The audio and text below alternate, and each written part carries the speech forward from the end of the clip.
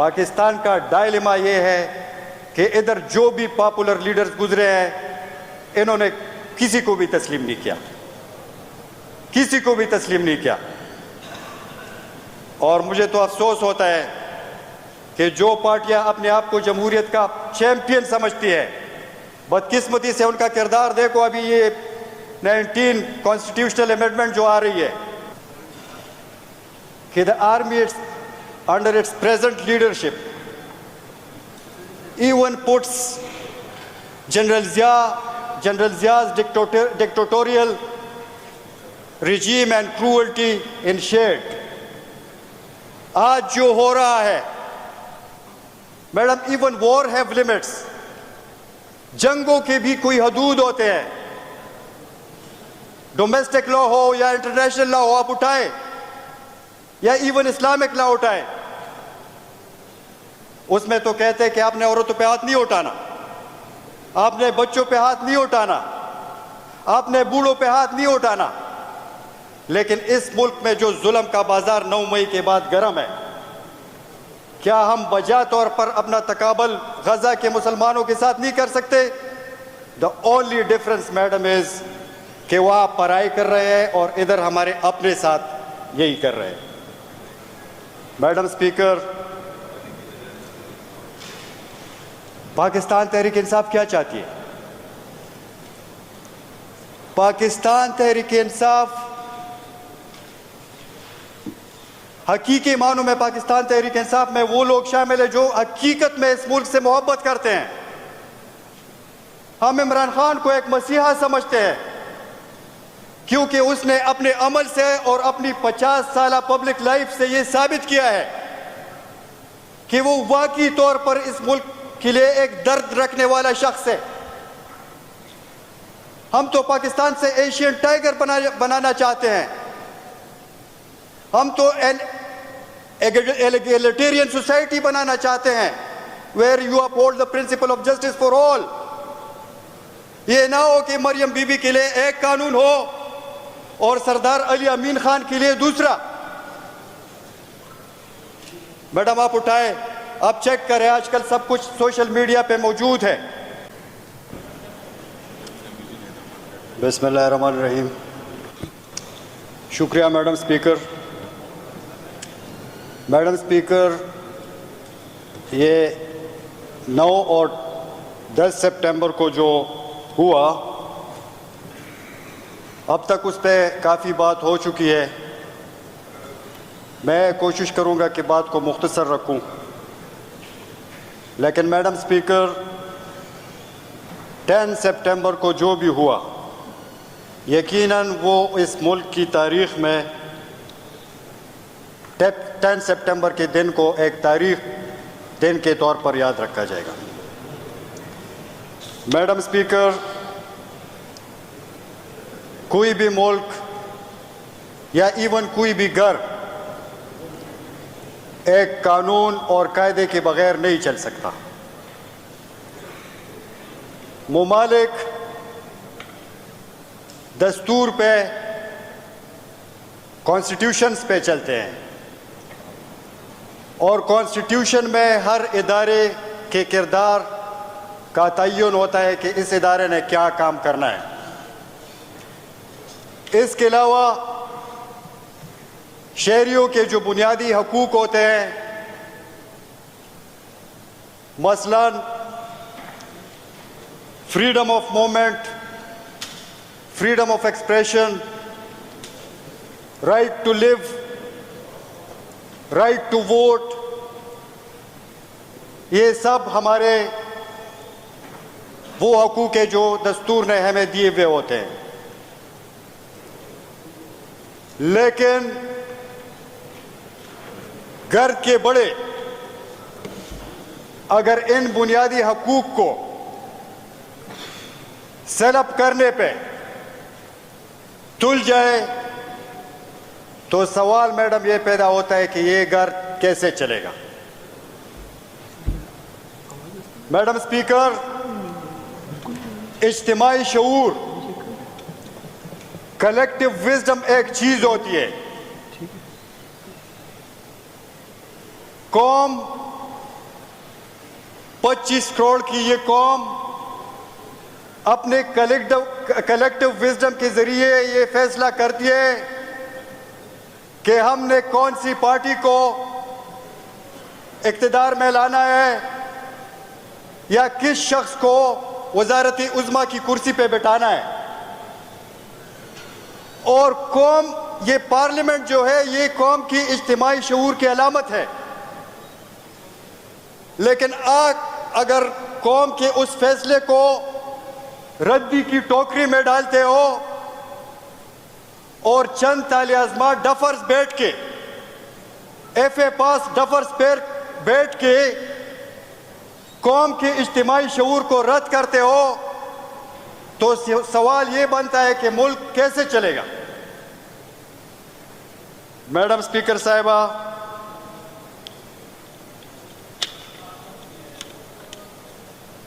अब तक 9 सितंबर और 10 सितंबर के हवाले से बहुत बात हो चुकी है। 9 सितंबर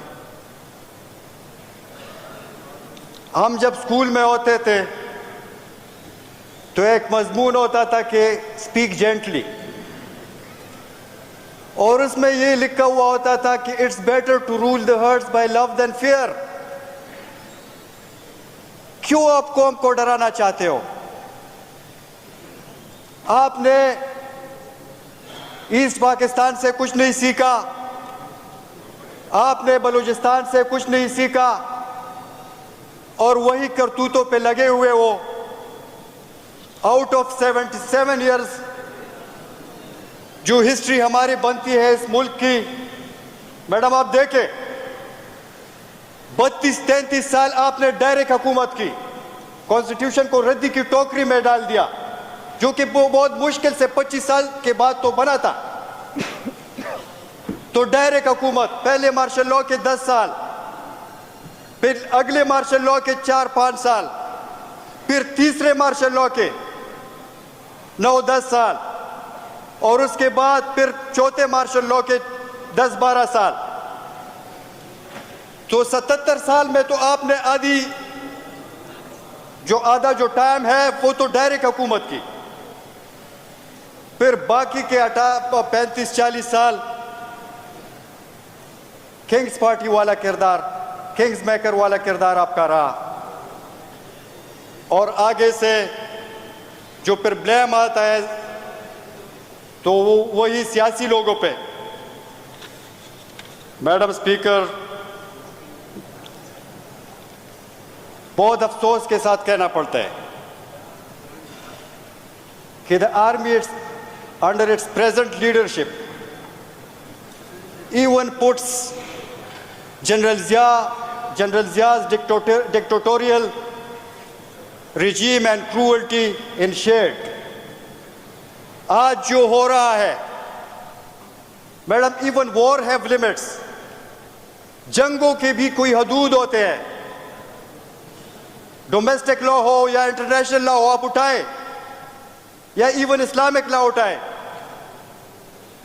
उसमें तो कहते हैं कि आपने औरतों पे हाथ नहीं उठाना, आपने बच्चों पे हाथ नहीं उठाना, आपने बूढ़ों पे हाथ नहीं उठाना। लेकिन इस मुल्क में जो जुल्म का बाजार 9 मई के बाद गर्म है, क्या हम बजा तौर पर अपना तकाबल गजा के मुसलमानों के साथ नहीं कर सकते? The only difference madam is कि वह पढ़ाई कर रहे हैं और इधर हमारे अपने साथ यही कर रहे हैं। मैडम स्पीकर, पाकिस्तान तहरीक इंसाफ क्या चाहती है? पाकिस्तान तहरीक इंसाफ, हकीकी मानों में पाकिस्तान तहरीक इंसाफ में वो लोग शामिल है जो हकीकत में इस मुल्क से मोहब्बत करते हैं। हम इमरान खान को एक मसीहा समझते हैं क्योंकि उसने अपने अमल से और अपनी 50 साल पब्लिक लाइफ से ये साबित किया है कि वो वाकई तौर पर इस मुल्क के लिए एक दर्द रखने वाला शख्स है।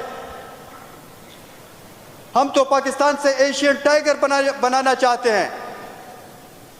हम तो एगलिटेरियन सोसाइटी बनाना चाहते हैं where you uphold the principle of justice for all. ये ना हो कि मरियम बीबी के लिए एक कानून हो और सरदार अली अमीन खान के लिए दूसरा। मैडम आप उठाए, आप चेक करें, आजकल सब कुछ सोशल मीडिया पे मौजूद है।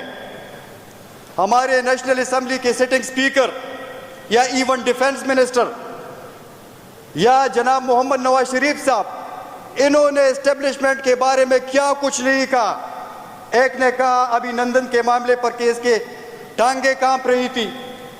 वो सिटिंग डिफेंस मिनिस्टर है आपका या स्पीकर है नेशनल असेंबली का। मियां साहब ने खुद सिटिंग आर्मी चीफ और उस वक्त के सिटिंग DGI को डायरेक्ट चैलेंज किया, लेकिन उनके लिए एक कानून। और अगर हम कोई बात करें मुस्बत तरीके से, क्योंकि हम पाकिस्तान की भलाई चाहते हैं, हम ईमान से ये समझते हैं कि अगर आपने पाकिस्तान को की बेहतरी करनी है तो इस कैदी नंबर 804 को वापस लाना होगा। और सितम ज़रीफ़ी तो ये है कि एक तरफ दुनिया उसको ऑक्सफोर्ड यूनियन का प्रेसिडेंटशिप के लिए नॉमिनेट करती है, दूसरी तरफ खुद अपने मुल्क में आप उसके साथ क्या सलूक कर रहे हो। पाकिस्तान का डायलेमा यह है कि इधर जो भी पॉपुलर लीडर्स गुजरे हैं, इन्होंने किसी को भी तस्लीम नहीं किया।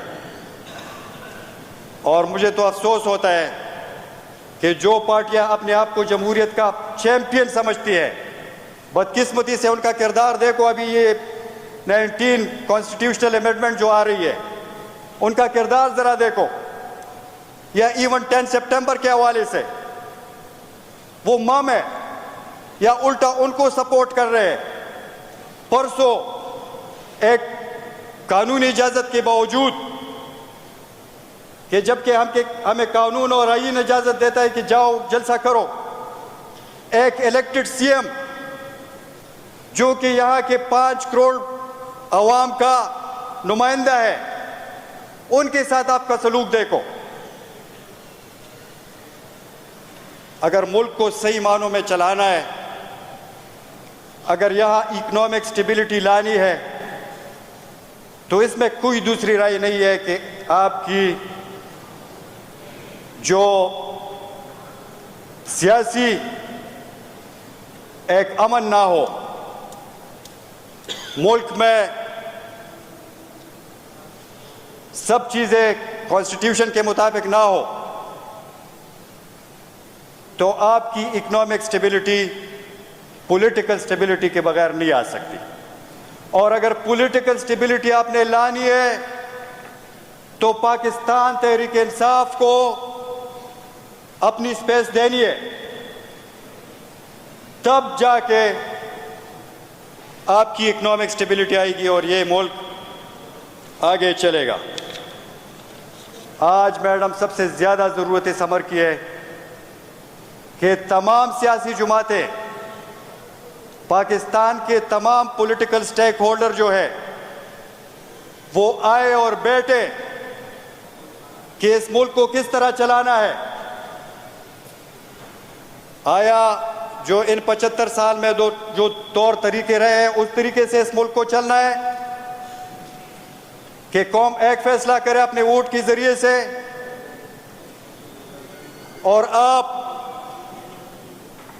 कौम की राय को रद्द करके विक्ट्री को डिफीट में तब्दील कर देते हो।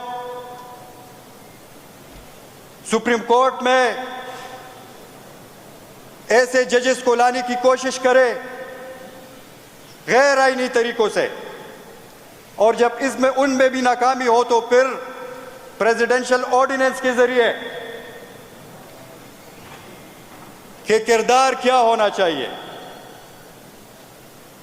तो पहले तो ये डिसाइड करना पड़ेगा कि आया इस मुल्क को कॉन्स्टिट्यूशन के जरिए चलाना है या कॉन्स्टिट्यूशन को साइड पे रख के दूसरे तरीकों से चलाना है। और ये हम सब जो पार्लिमानी जमातें हैं, जो सियासी जमातें हैं इस मुल्क की, परसों फाजिल दोस्त ने कहा कि सियासत एक साइंस है। मैं कहता हूं कि politics is the finest art and the most creative profession. लेकिन इस सब के लिए, पार्लियामेंट की बालादस्ती के लिए, रूल ऑफ लॉ के लिए, इसकी सुपरमेसी के लिए, कॉन्स्टिट्यूशन के लिए, हम सबको मिल के बैठना पड़ेगा और ये सोचना पड़ेगा कि हमारी ये छोटी सी जो हिस्ट्री रही है, इससे सीखना, एटलीस्ट सीखना पड़ेगा कि फ्यूचर में हमने अपने नेक्स्ट जनरेशन्स को कैसा मुल्क देना है। जनाब स्पीकर, आखिर में मैं इस मौके से फ़ायदा उठाते हुए बुनेर में परसों अमन पासून के ज़रिए खदुखेल के गयूर अवाम को मुबारकबाद पेश करता हूँ कि अमन की खातिर वो निकले हैं। तमाम सियासी जमातें एक पेज पे हो के अमन के लिए उन्होंने एक रैली निकाली है और एक एहतजाजी प्रोग्राम किया है। तो इस फ्लोर से मैं उनको खदुखेल के तमाम गयूर अवाम को खिराज तहसीन पेश करता हूँ, क्योंकि जब अमन होगा तो सब कुछ होगा। बहुत बहुत शुक्रिया मैडम स्पीकर।